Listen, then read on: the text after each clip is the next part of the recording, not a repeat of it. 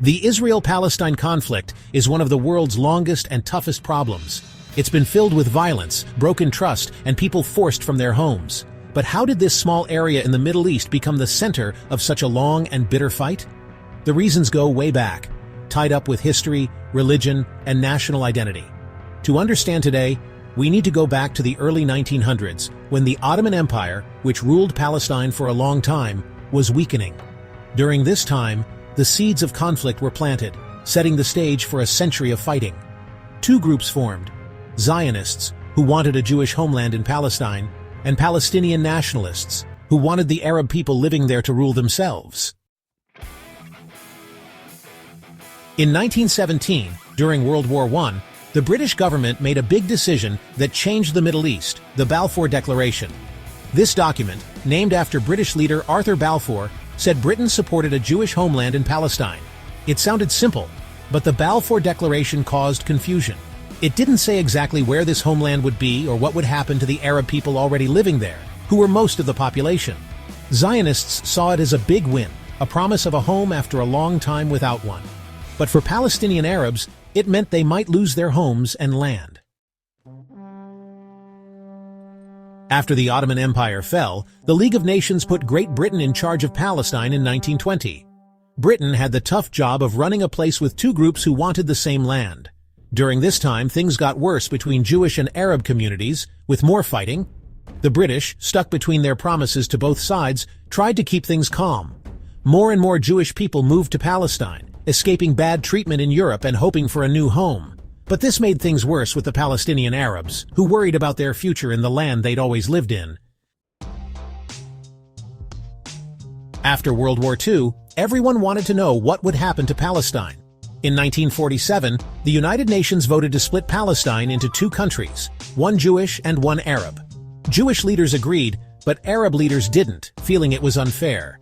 In May 1948, Israel became a country, starting the first Arab-Israeli war. Israel won, but over 700,000 Palestinian Arabs lost their homes. Palestinians call this the Nakba, or catastrophe. This is a very sad memory that still affects the conflict today. The years after Israel became a country saw many wars and uprisings.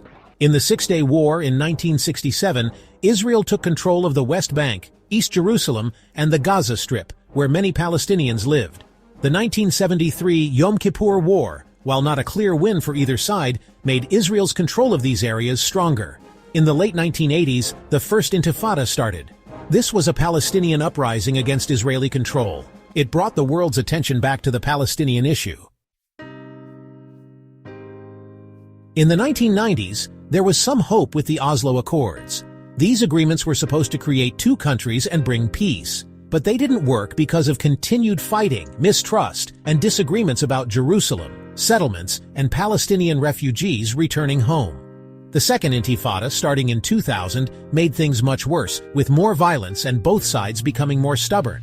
Failed peace attempts and Israel building more settlements made peace seem even further away. Today, the conflict continues.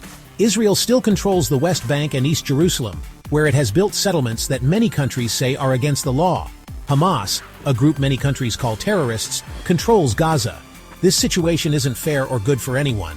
It creates more fighting and mistrust, with Palestinians living under Israeli control and Israelis worried about safety. Without a plan and real progress, both sides are stuck. Besides the politics and history, the Israel-Palestine conflict is a very sad story. Many people have grown up with fighting, loss, and being forced from their homes. Thousands of Israelis and Palestinians have died, leaving sadness and pain. Things are especially bad in Gaza. Israel has limited what goes in and out of Gaza since 2007, hurting the economy and making people poor. People don't have enough food, clean water, or healthcare. It's a crisis. The Israel-Palestine conflict is a complicated and sad story. Years of fighting, broken trust, and failed peace talks have hurt both sides.